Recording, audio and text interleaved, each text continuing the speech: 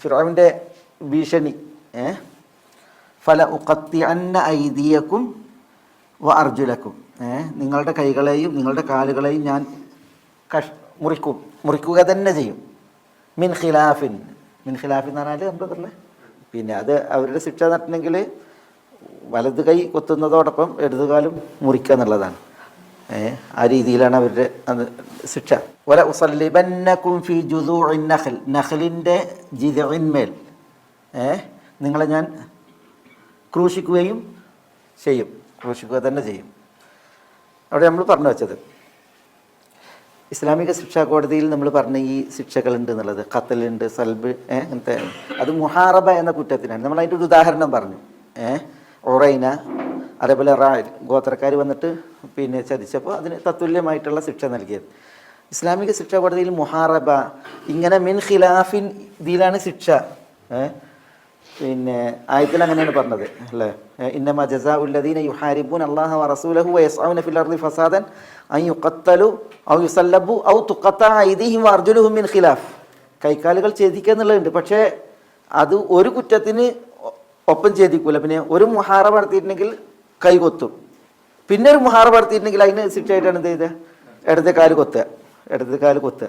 അല്ലാതെ ഒപ്പം എന്ത് ചെയ്യൂല, വലത്തെ കൈയും ഇടത്തെ കാലും കൊത്തൂല. ഒരു മുഹാറബ നടത്തിയിട്ടുണ്ടെങ്കിൽ ഒരു കൈ കൊത്തുക, പിന്നെ മുഹാറബ അതിൽ ഒരാൾ എന്ത് ചെയ്തില്ല, അതിൽ ഒരാൾ തൻ്റെ കുറ്റകൃത്യം അവസാനിപ്പിച്ചിട്ടില്ല, പിന്നെ അയാൾ മുഹാറബ നടത്താൻ മുഹാറബ നടത്തണമെങ്കിൽ വലിയ കൊടിയ കുറ്റാണ്. ഇസ്ലാമിലെ ഏറ്റവും വലിയ ശിക്ഷ ആർക്കാ, ഈ പരിപാടിക്കാണ്, ഈ മുഹാറബക്കാണ്.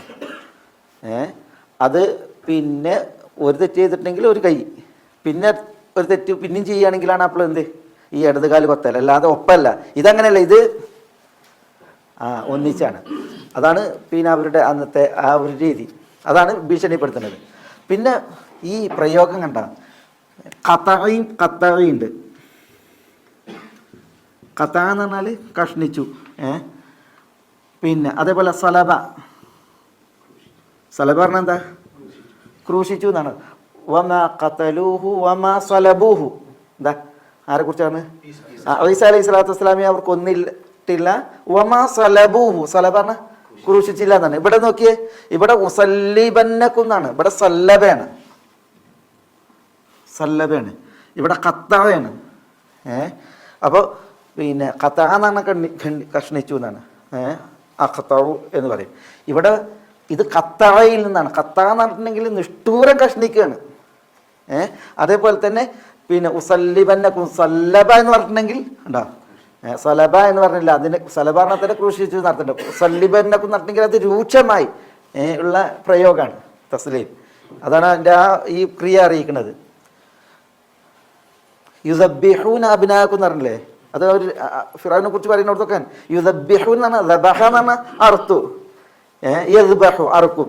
ഇത് യുസബ്ബിഹൂൻ എന്ന് പറഞ്ഞിട്ടുണ്ടെങ്കിൽ നിഷ്ഠൂരമായിട്ടുള്ള അറിവാണ്. അതാണ് ആ പ്രയോഗം അറിയിക്കുന്നത്. ഇത്തരം പ്രയോഗങ്ങൾ ഫഅല, ഖത്തഅ, സല്ലബ, ദബ്ബഹ എന്നൊക്കെ പറഞ്ഞിട്ടുണ്ടെങ്കിൽ അത് അറിയിക്കുന്നത് ആവർത്തനത്തെയും അതിൻ്റെ ആ ഒരു തീവ്രതയെയാണ് അറിയിക്കുന്നത്.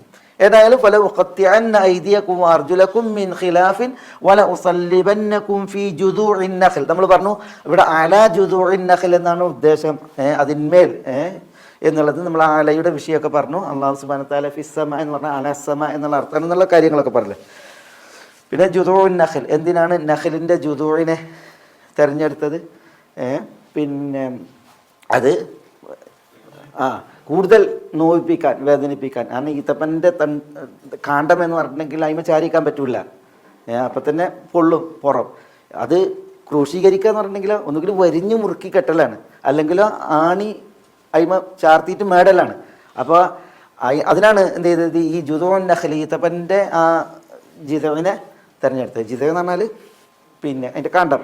മറിയമിനോട് അലൈഹി സ്വലാത്തു വസ്സലാമിനോട് പറഞ്ഞില്ലേ, വഹുസ്സി ഇലൈകി ബിജിദഇൻ നഖല, നഖലിൻ്റെ ജിദവിനെ കുലുക്കാൻ പറഞ്ഞില്ലേ, ജുദൂ, അതിൻ്റെ ബഹുവചനാണ് ജുദൂ.